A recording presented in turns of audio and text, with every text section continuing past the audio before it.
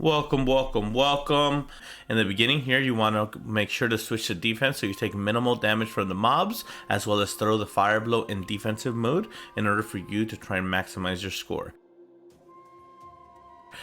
This first battle is very dependent on speed. The reason that we're using Barret is because he has an outfit that benefits him for P defense, and also the fact that he has the fastest blow attack in the game. As you see here, we're gonna choose the fire potency. We're gonna quickly go and pick up the item. Next, we're gonna go to the middle slot and open the key to pick up the chest. There should be a mob that fights us right after we open and we enter the room. And this mob is primarily used to be able to maximize our unison bonus as well as fill up our ATB. There is a spot where I can technically throw a fire blow in order to finish the battle faster, but I chose to let Barret take out the mob on his own with auto attacks.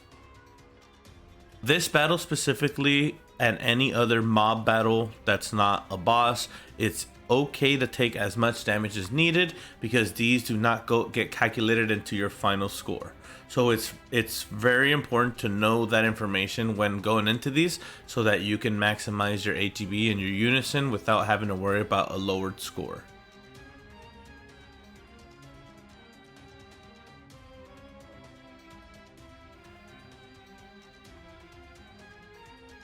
This next boss is very dependent on being able to immediately throw a thunder blow. The fastest person to throw blow attacks with is Barret, so that's why we're using him as our main attacker, as well as immediately clicking the thunder blow. These scores are very dependent on how fast you can actually click the button and not by how much damage you're doing. That's the difference between the normal and the hard run.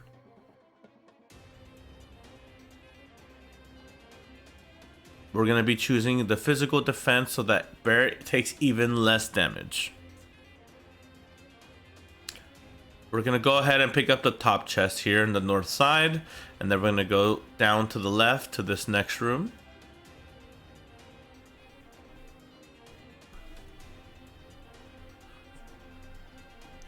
For this next battle, I believe we need to toss a fire blow to immediately take out the enemy.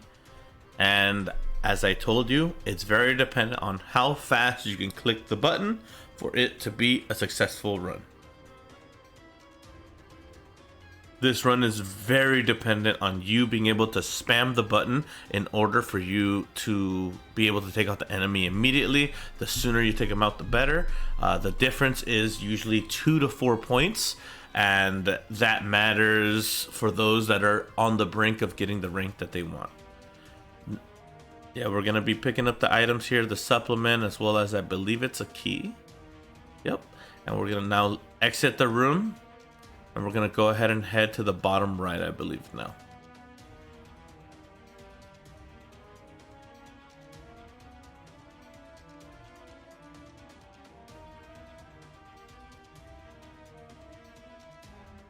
All right, so for this one here, it is another time to fill up our pockets with ATB.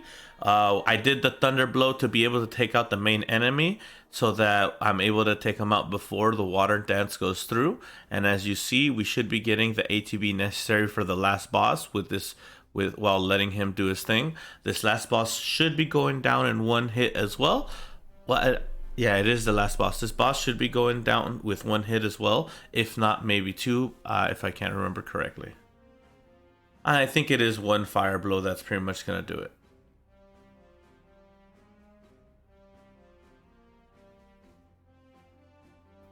As you see here, he does get one-shotted by the fire blow just like every other boss. Because it is the normal run, it is very easy to be able to maximize your times and scores. It's also very important for you to be clicking control on the bosses that have an animation. If you animation cancel, that also counts towards your high score, and it's very important to know which boss has what and pretty much that is the conclusion to this run. I will be going over my equipment here soon. As you see, we're able to get the 171 273. I've seen somebody with the 171 666, so that was the maximum I've been able to see.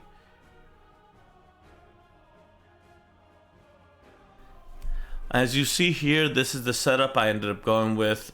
The reason we go with Barrett is because he is the fastest to be able to throw the blow materias, as in the thunder blow and the fire blow.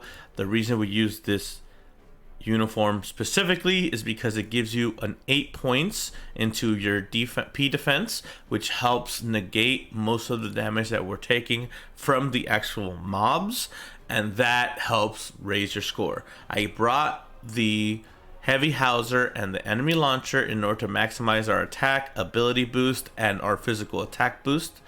Stance boost, and we ended up bringing all three of these weapons. This one specifically for the P attack and the fire potency, these two specifically for the stance and the P attack that they provide, while also bringing in a couple of really good materials in order to maximize our damage. Not that we needed the specific damage, but this one, for example, was more for the P defense than it was for the actual damage, because I have another fire blow that's a bit better than this, and this one specifically was also for P defense of 16. These help you negate most of the damage, and as you see here, the HP isn't very important, but the P attack is, as well as the P defense. This P defense allows us to take very minimal damage from the mobs and helps us raise our score that much more. The limit break isn't very important in this fight since we don't end up getting to it.